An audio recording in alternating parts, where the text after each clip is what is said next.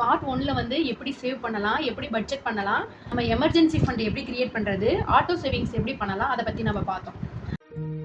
Part 2ல வந்து நம்ம என்ன பண்ணலாம்னா, தினசரி சிறு சிறு செலவுலாம் செய்வோம்ல, அதை எப்படி ரீஇன்வெஸ்ட்மெண்ட்டா பண்ணலாம், அதை பத்தி பார்க்கலாம்.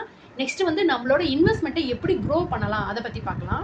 அப்புறம் நிறைய பேத்துக்கு எதுல இன்சூரன்ஸ் பண்ணணும் அப்படிங்கிறத பத்தி நம்மளுக்கு நிறைய பேருக்கு குழப்பம் இருக்கும். அதை பத்தி நம்ம பார்க்கலாம். ஓகே, வாங்க நம்ம வீடியோக்குள்ள போகலாம். ஃபர்ஸ்ட் பாயிண்ட், தேவையில்லாத செலவு வந்து ரீஇன்வெஸ்ட்மெண்ட் எப்படி பண்ணலாம். இப்போ சப்ஸ்கிரிப்ஷன் ஏதாச்சும் நம்ம போட்டு வச்சிருக்கோம், ஓடிடியில் படம் பார்க்கணும், ஹாட் ஸ்டார், நெட்ஃப்ளிக்ஸில் இந்த மாதிரி படம் பார்க்கணும்னு சொல்லிட்டு நம்ம வந்து சப்ஸ்கிரிப்ஷன் வாங்கி வச்சிருப்போம். அந்த மாதிரி விஷயங்களை வந்து நம்ம அவாய்ட் பண்ணிக்கலாம். அது ஒரு விஷயம். நெக்ஸ்ட் வந்து நம்ம தேவையில்லாமல் சின்ன சின்ன இது ரேட் கம்மியாக இருக்குன்னு சொல்லிட்டு ஆன்லைனில் நம்ம பர்ச்சேஸ் பண்ணுவோம். அந்த மாதிரி விஷயங்களை நம்ம அவாய்ட் பண்ணுறது மூலியமாக நம்மளோட செலவை குறைச்சிக்கலாம்.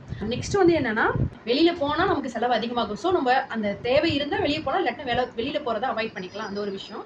நெக்ஸ்ட் வந்து என்னன்னா, ஜங்க் ஃபுட்டு ரேட் கம்மியாக இருக்குன்னு சொல்லிட்டு இந்த மாதிரி ஜங்க் ஃபுட்ஸ்லாம் நம்ம வாங்கி சாப்பிட்றோம். அப்புறம் ஸ்நாக்ஸ், இந்த மாதிரி விஷயங்களை நம்ம அவாய்ட் பண்ணுறது மூலியமாக நம்ம ஹெல்த்தும் சேவ் ஆகும், ப்ளஸ் நம்ம மணியும் சேவ் ஆகும். ஓகேங்களா?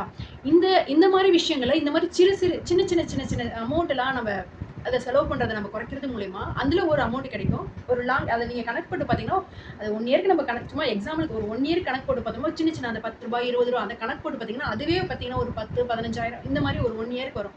இதை வந்து நம்ம இந்த சிறு செலவை நம்ம அப்படியே சேவ் பண்ணி அதை ஒரு இன்வெஸ்ட்மெண்ட்டாக நம்ம மாற்றுறது மூலயமா செலவை குறைச்சி ஒரு இன்வெஸ்ட்மெண்ட்டாக லாங் டேர்முக்கு நம்ம இதை கொண்டு போய்க்கலாம். இது ஒரு விஷயம். ஸோ இதனால நம்மளோட நீண்ட கால ஒரு லாஸை வந்து நம்ம தவிர்த்துக்கலாம். ஓகேவா?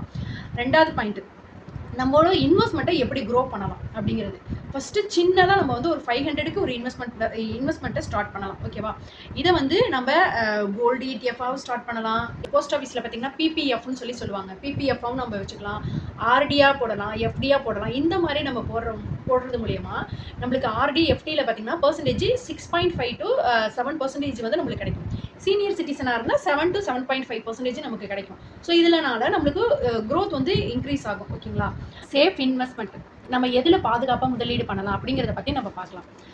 நம்ம பார்த்தீங்கன்னா FD பண்ணலாம், RD பண்ணலாம். இந்த மாதிரி பண்ணுறது மூலிமா இதில் பார்த்தீங்கன்னா நமக்கு பர்சன்டேஜ் 6.5 to 7% அப்ராக்சிமேட்டாக 6.5 to 7% கிடைக்கும். சீனியர் சிட்டிசனாக இருந்தால் 7% to 7.5% கிடைக்கும். இதில் பார்த்தீங்கன்னா நம்ம 1 year 2 year அந்த மாதிரி வச்சு நம்ம முதலீடு பண்ணலாம். சரிங்களா?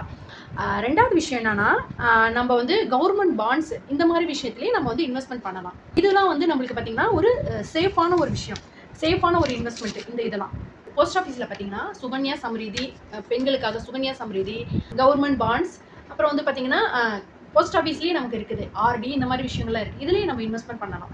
இது வந்து சும்மா 1 year 2 year எனக்கு வந்து என் பிள்ளைங்களுக்கு ஸ்கூல் ஃபீஸ் வேணும், இல்லை வேறு ஏதாச்சும் என் பொண்ணுங்களுக்கு கல்யாணம், ஏதோ சம்திங் நம்மளுக்கு ஒரு முக்கியமான ஒரு விஷயம் இருக்குல்ல. ஸோ அந்த இதுக்காக நம்ம வந்து இன்வெஸ்ட்மெண்ட் பண்ணிக்கலாம். 1 year 2 yearக்காக இதை நம்ம பண்ணிக்கலாம். இது வந்து ஒரு நம்ம சேஃபான இன்வெஸ்ட்மெண்ட், ப்ளஸ் வந்து நம்மளுக்கு இதுக்கான இன்ட்ரெஸ்ட்டும் நமக்கு கிடைக்கும். ஒரு இடத்துல மணி நம்ம லாக் பண்ணி வச்சுப்போம். இது வந்து குழந்தைக்கு கல்யாணம் ஒரு விசேஷத்துக்காக இந்த மணி வேணும். ஆனால் இந்த மணி வந்து என்னன்னா எனக்கு க்ரோ ஆகணும் அப்படின்னு நம்ம நினைச்சோம்னா 1 year 2 year இந்த மாதிரி நம்ம பீரியட் வச்சு நம்ம போடுறப்ப நமக்கு வந்து சம் பர்சன்டேஜ் கிடைக்கும். ஓகேவா? இது வந்து ஒரு சேஃபான இன்வெஸ்ட்மெண்ட் ஆகும். ஓகேவா? க்ரோத் இன்வெஸ்ட்மெண்ட்னா என்னன்னா, நம்மளோட இன்வெஸ்ட்மெண்ட்டை அதிகரிக்கிறது.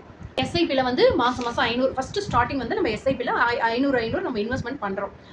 இது இல்லாமல் நம்ம வந்து ஸ்டாக்ஸ், ஒரு நல்ல ஸ்டாக்ஸாக நம்ம செலக்ட் பண்ணி அந்த ஸ்டாக்ஸில் பார்த்தீங்கன்னா நம்ம இன்வெஸ்ட்மெண்ட் பண்ணுறது மூலயமா அதில் நமக்கு டிவிடெண்ட் கிடைக்கும். இது வந்து லாங் டேர்முக்கு தான் வச்சுக்கணும், ஷார்ட் டேர்முக்கு கிடையாது. லாங் டேர்முக்கு நம்ம வந்து இன்வெஸ்ட்மெண்ட் பண்ணிக்கலாம். இதில் நம்ம இன்வெஸ்ட்மெண்ட் பண்ணுறது மூலிமா நமக்கு இதில் டிவிடெண்ட் கிடைக்கும். நெக்ஸ்ட்டு மார்க்கெட் சப்போஸ் நெகட்டிவ் ஆனால் கீழே டவுன், எக்ஸாம்பிளுக்கு நீங்கள் 400 ரூபாய்க்கு வாங்கியிருக்கீங்க ஒரு ப்ராடக்ட்டை, ஒரு ஸ்டாக்கை, அது வந்து 200 ரூபாய்க்கு வந்துச்சு, எக்ஸாம்பிளுக்கு 200 ரூபா இல்லை 300 வந்துச்சுன்னா திருப்பி ரீஇன்வெஸ்ட்மெண்ட் நீங்கள் பண்ணுங்கள். அந்த பொருளை வந்து 200 ரூபாய்க்கு நீங்கள் பர்ச்சேஸ் பண்ணுறப்ப அது வந்து என்னன்னா ஆவரேஜ் ஆயிரும். நீங்கள் 400 ரூபாய்க்கு வாங்கினது 200 ரூபாய்க்கு நீங்கள் வாங்கியிருந்தீங்கன்னா ஆவரேஜ் ஆயிரும். ஆவரேஜ் ஆகி அது வந்து ஆவரேஜ் ஆகும், ப்ளஸ் வந்து உங்களோட ப்ராடக்ட் இன்க்ரீஸ் ஆகும். இது ஒரு சேவிங்ஸ். இது இல்லாமல் மாதம் இதிலிருந்து நம்மளுக்கு மாதம் இல்லை, அந்த ப்ராடக்ட்ல இருந்து நம்மளுக்கு வந்து டிவிடெண்ட் கொடுப்பாங்க. 1 இயருக்கு 6 month ஒன்ஸ் அந்த மாதிரி டிவிடெண்ட் கொடுப்பாங்க.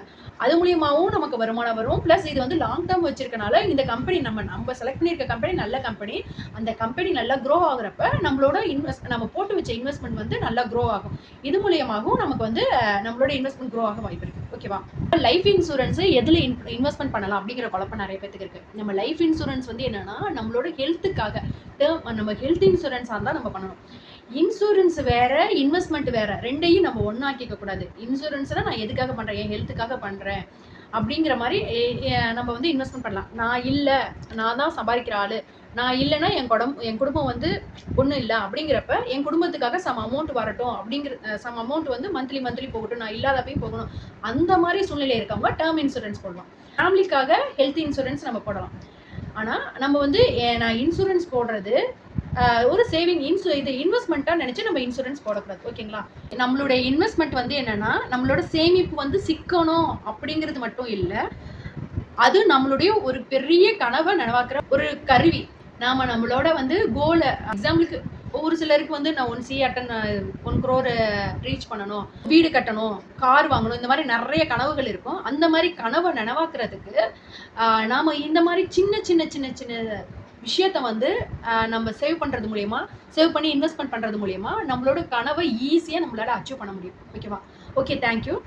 இந்த வீடியோ பிடிச்சிருந்தா லைக் பண்ணுங்க, ஷேர் பண்ணுங்க, கமெண்ட் பண்ணுங்க. இதை பத்தின ஏதாச்சும் உங்களுக்கு டவுட் இருந்துச்சுன்னா நீங்க கமெண்ட் பண்ணுங்க.